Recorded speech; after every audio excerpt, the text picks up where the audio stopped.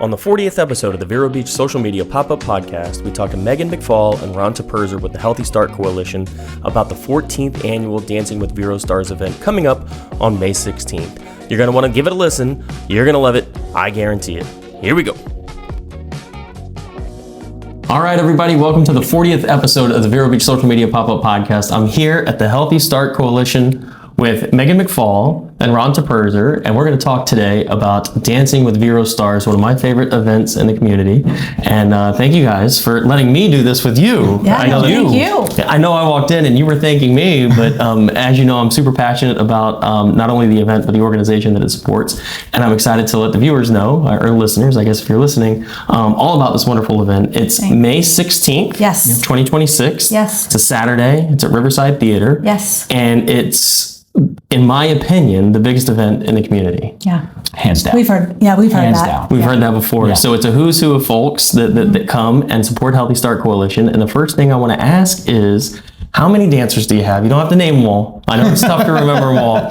How many dancers do you have? And talk to me about what they're doing to help raise money for the Healthy Start Coalition. I'll let you start first, Megan. Sure. So we have 10 dancers, 10 star dancers that are paired up with 10 pro dancers, 5 females, 5 males, that we have been talking about for over a year. Interestingly enough, we haven't even gotten to this year's event, but we've already started talking about next year's event and who our asks are going to be. So a lot of thought has gone into that. Really, really excited for these dancers. They're just on fire about the mission of Healthy Start, why they're doing it. Every single one of them has done at least one event. Most of them have done multiple events, and they are doing things that speak to them. So for an example, one of our dancers owns a golf store on Ocean Drive, and so she put on a golf tournament. Another one just did a kickball tournament because she's like, I just want to get together with our friends. So every event has been very carefully thought after by each dancer, and so we're super excited to support them on May 16th. So Ron, you've danced before. Talk about the fun about having been a dancer and now working with the committee to get this event going. It's completely different. You know, and for your listeners that may not know, you are a former Dancing with Vero Stars alumni. You danced the year after I did. I danced in 2018. When you're the dancer, the stress is mostly thinking about what you're going to do on stage and trying not to look foolish on stage. I'll tell you from experience, the only thing I was thinking was don't fall. Exactly. Really? Or drop your partner. Drop your partner. That was my number one thought. But there's so much work that goes into it on the other side too, trying to fundraise as a dancer, right? Because half of your score is based on your fundraising. Mm-hmm. Half of your score is based on your dance score. On the other side, from the committee aspect, you know, we're just stressing about trying to help our dancers be the best that they can be, both on stage and as successful as they can be from a fundraising aspect as well. So that's why we're very deliberate about the people that we pick. And that's why we've already started lining up people that will be dancing in 2027, even though we haven't even gotten to 2026's event yet, because we want the best in the community that are going to help this cause the most. You touched on something that I think is misunderstood by a lot of people. You talked about how the winner is determined. It's half from how well you dance, and it's half from how well you fundraise. I think the misunderstanding is a lot of people say, well, if I don't raise $100,000, I can't win. Very much not the case. The year I danced, I believe the top 2 fundraisers did not win. Robbie Rivas won, and I don't know where he sat in the fundraising, but by far the best dancer, I can tell you that. 10's off the board, 11 out of 10 if I could have given him a score.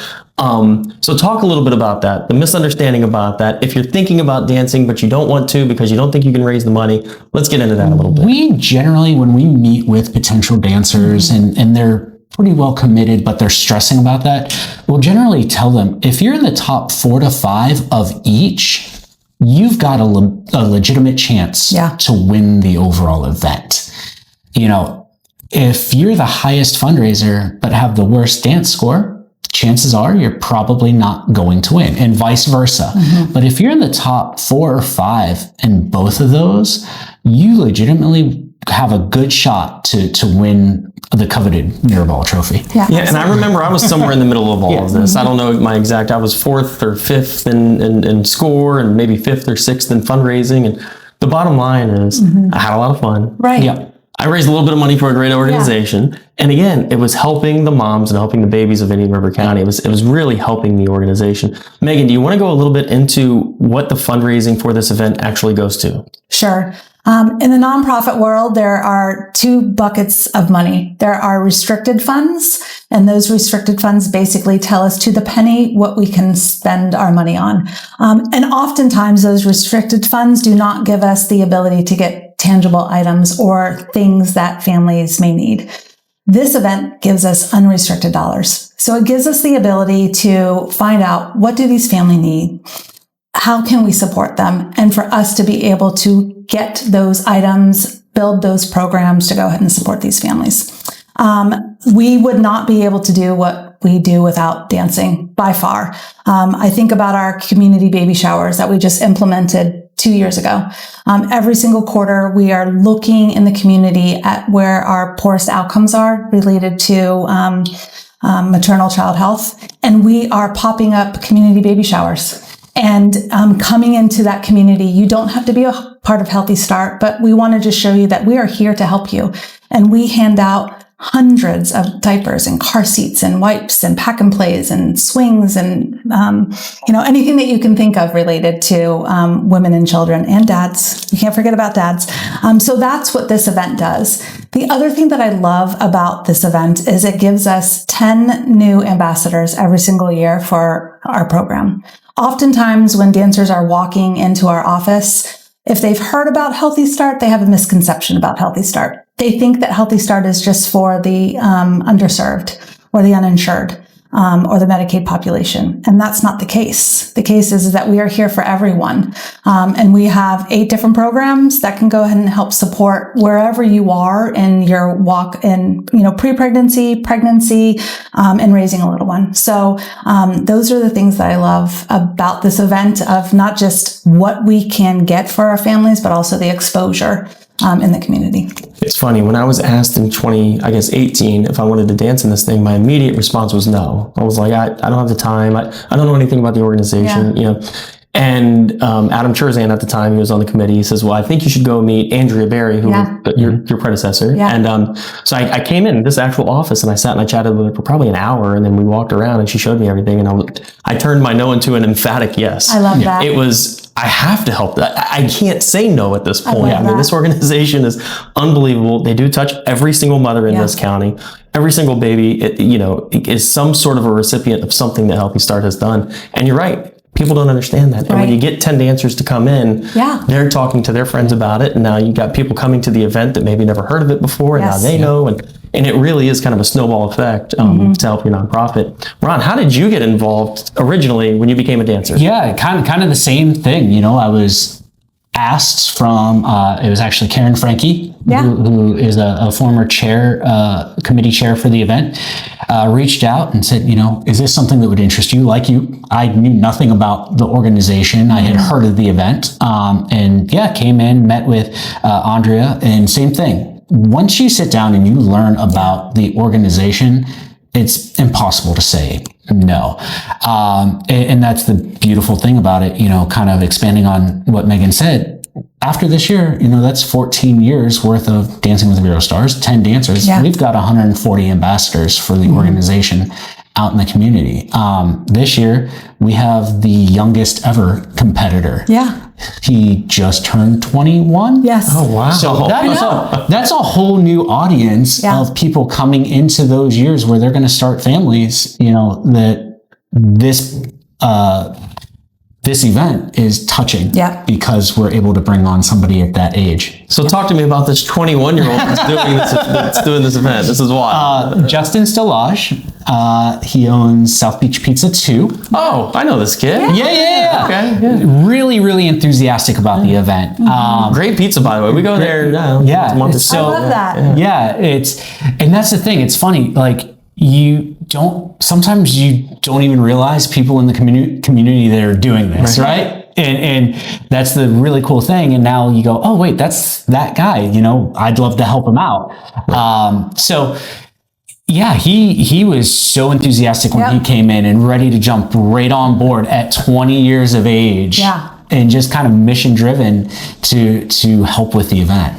That is amazing. It's one of the reasons why we go to the pizza place. A friend of ours invites us all the time, and so we go with him. And he started going there because he says, "Hey, I want to help this young business owner." Yeah. Now this young business owner is helping a nonprofit, and it's just paying forward. I love that story. Yeah. Thanks for sharing. Yeah. That's great. Yeah. So this is very much a marketing podcast. So I want to talk a little bit about what you guys do for marketing. This event has been sold out for months. The fastest it's ever sold out, I think. What's your secret sauce to selling out a nonprofit event in Indian River County?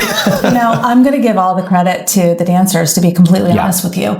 There are tried and true individuals that come to the event every single year, and it's usually dancers like yourselves that believe in it, know how fun it is, and they continue to come. But really, the work is done by the dancers, to be completely honest with you. It is inviting their friends, their families, getting the sponsorships, which every single sponsorship is usually associated with tickets. So it is honestly the work that they're doing. Whoever came up with this 14 years ago was brilliant. And it is only as successful as the dancers, to be completely honest with you. It's why we have a lot of thoughtful conversation about who will be the right individual, and also to make sure that we're not crossing sectors, right? So we don't have 3 real estate agents, that we don't have 4 physicians, that they're from pockets in the community where their reach isn't the same. So them spreading the word. And what I love about the dancers over the past several years that I've been associated with Healthy Start is that they've done a phenomenal job at connecting the dots that Dancing with Vero Stars is for Healthy Start. I think that the community always knew that there was this really great event, but not connecting the dots of what it was for necessarily. Sure. And so I would say probably since your year, Ron, it's just been, just magnified. Like, we're here because we want to have a lot of fun, but we also want to raise money for Healthy Start Coalition that supports families in our community. So talk about how you recruit dancers. Is it word of mouth? Do you specifically go out and say, "Hey, that's a guy that we think can dance," or "That's a woman that we think can dance"? Our committee is about 10 people. Amazing deep. Committee. Amazing committee. And we sit and have meetings and we create lists, and as tough as this may sound, we have an A list, B list, C list, right? And which we'll be publishing for this podcast. We will be publishing, and we may be calling some of you. But what we do is we go through those lists, right? Mm-hmm. These are our first asks. Yeah. These are, if these people agree, we would, hands down, boom. And they're community leaders, business owners. Again, diversity in groups and businesses. We don't want 5 lawyers, right? Because they're all going to run in similar circles. So, and the other thing is, it is Dancing with Vero Stars, but it's for Indian River County Healthy Start. So we're not just containing ourselves only to Vero Beach. Yeah. We've got people from Sebastian, Fellsmere, Susan Adams this year, from out in Fellsmere. So we're really trying to get the entire county on board with this. But we sit down and have conversations and really feel, one, are they able to fundraise? Yeah. What is their circle to be able to fundraise? Right. 2, are they going to buy in and put in the effort? Because you're going to step on stage in front of 670-ish eyeballs. Right. For 2.5 minutes, right? Are they going to take that seriously? And are they the kind of person that we want representing the organization? Yeah, that's a good point too. Gotcha. So it's a big event and everybody has a lot of fun. It is very much a fundraiser. Yes. I want to keep pushing that out there. What are ways that people, when they come to the event, that they can continue to donate or to help Healthy Start? I know there's a silent auction, which is not only in person, but it's also online. Yes. So if the dancers have friends or family members that live in Minnesota and want to help out, they can bid online. It opens up, I believe, noon the Friday before the event. Correct. So they can hop on and check out the items and bid on them. Yeah. So you can really help out your dancer. Yeah, there's we have cash boxes, where you can support your favorite dancer and just put, a check or cash there. QR codes. We have QR codes for the more virtual individuals who don't carry cash on them. And so, but these dancers, they are literally raising funds until the platform shuts down at 10 a.m. on Friday before the event.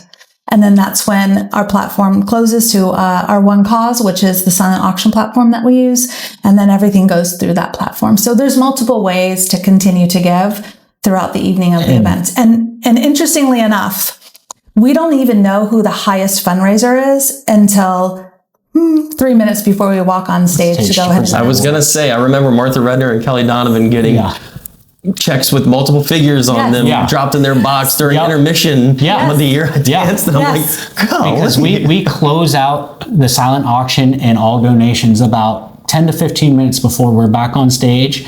Our accountant tabulates quickly and we're off. And literally until Tiffany Court opens that envelope, we don't know. That's unbelievable.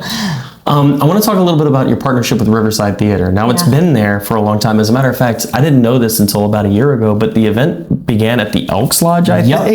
Yes. In 2009, I believe it was. We had a few-year break with COVID restrictions there. And then talk to me about, so it's been at Riverside for a while, however many years, and then what your partnership with them looks like. Oh, it's amazing. I mean, they're true partners.